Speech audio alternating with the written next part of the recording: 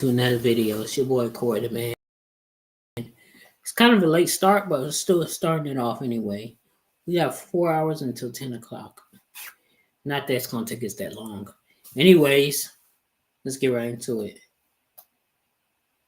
Here we go. We have some huge news from Warner Brothers themselves, with David Zaslav, the head of Warner Brothers Studios, speaking about the Warner Brothers Games division, which has had a very rocky year, and to be honest, even last year and the last couple of years have been rocky too. Since 2020, Warner Brothers Games has had rumors of a sale, since a lot of the games were not performing well, and the most recent disaster was Suicide Squad Kill the Justice League. However, over the last couple of months, we've had some big statements from David Zaslav himself about what is actually going on with Warner Brothers Studios and the Warner Brothers Gaming division, and we have a huge statement right now which speaks about what's going on at Warner Brothers Games right now and the future games that they are working on, and especially the Batman game which is currently in development, which we'll talk about right now. So this is from the Insider Gaming article, which reads, Warner Brothers Games focusing on Batman, Mortal Kombat and Hogwarts Legacy moving forward. And the article reads, the last year plus for Warner Brothers Games hasn't been the best for the company, and Warner Brothers CEO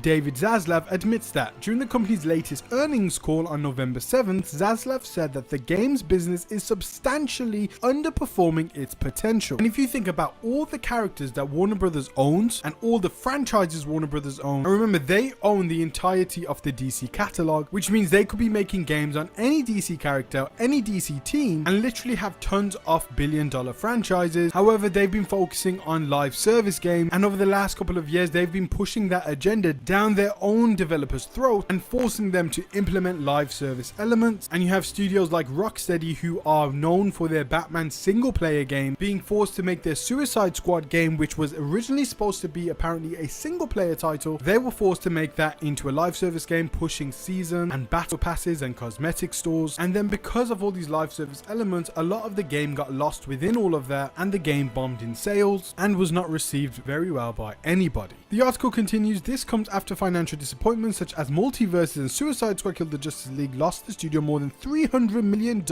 this year alone in 2024. Now Warner Brothers Games is going to put more emphasis on its most successful franchises moving forward. I think we're through some of the worst, and it hasn't been pretty on the gaming business, as Lev said during the call, but we have 4 games that are really powerful and have a real constituency that love them, and we're going to focus on those 4 primarily. We're going to go away from trying to launch 10, 12, 15, 20 different games. I think we have a real chance now with focus to have the gaming business be steadier. He also added, we have 4 strong and profitable game franchises with loyal global fans: Hogwarts Legacy, Mortal Kombat, Game of Thrones and DC, in particular Batman. We are focusing our development efforts on those core franchises with proven studios to improve our success ratio. So here it just confirms that David Zaslav knew that they were trying to launch too many games, and now it seems like he stripped all of that back and probably cancelled a lot of the live service games most likely that were in development, and is now focusing on these 4 franchises since they are recognized to have the most global and loyal fans. And yes, he did mention DC, but he singled out Batman in particular because he knows that the Arkham franchise and the Batman games have been some of the best superhero games of all time and have sold really well. Even the recent Batman Arkham Shadow on the VR systems has performed very well. I've personally heard a lot of great things about that game, as the game adds to the lore of the Batman Arkham game and is a kind of direct sequel to the Batman Arkham Origins game. So just that established world of the Batman Arkham series has tons of history, and a lot of people want to re-explore that world or explore new places within that world, and of course experience new stories there. But what this definitely confirms that yes, a Batman game is definitely in the work, because David Zaslav has pointed it out himself. And we also know that in terms of a DC game, the Wonder Woman single player game is also coming from Monolith Studios, who created the Shadow of Mordor series and will likely be using the Nemesis system within that game too. Now I really hope that they can also use the Nemesis system within the Batman game, but we still don't know what universe this Batman game is going to be. But it is very likely from this that it could still take place within the Arkham universe. But when it comes to DC, actually James Gunn has the power here, and since it's likely that we're going to be getting an older version of Batman within the new DC universe, we could actually get to play as a younger version of the Batman that is going going to be our Batman within the DC universe, which I think would be absolutely incredible. But I also want to go back into the Arkhamverse, and we also know that Rocksteady will be developing this Batman game according to rumors in the past, as Rocksteady pitched a single player game to Warner Brothers after Suicide Squad killed the Justice League, as their team was actually handling the definitive edition of Hogwarts Legacy, which is rumored to contain 10 to 15 hours of additional DLC compared to Hogwarts Legacy, the base edition, which is likely going to be released in 2025. So Rocksteady is likely now working on this new Batman game, and they probably pitched it to David Zaslav or whoever is in charge of the games division, and also of course James Gunn, who is in charge of DC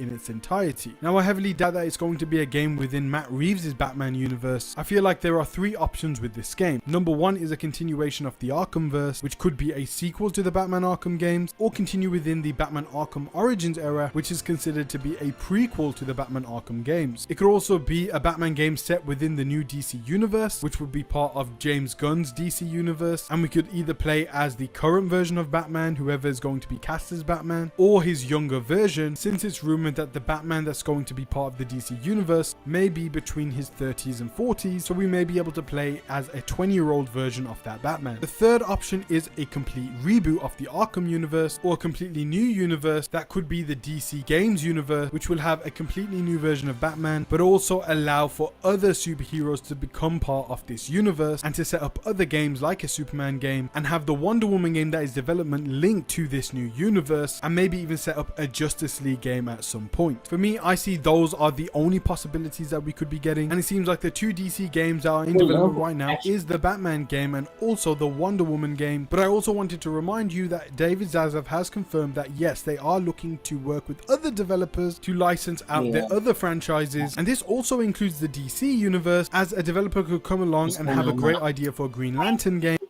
but I just tell you, I'm working on my entertainment room.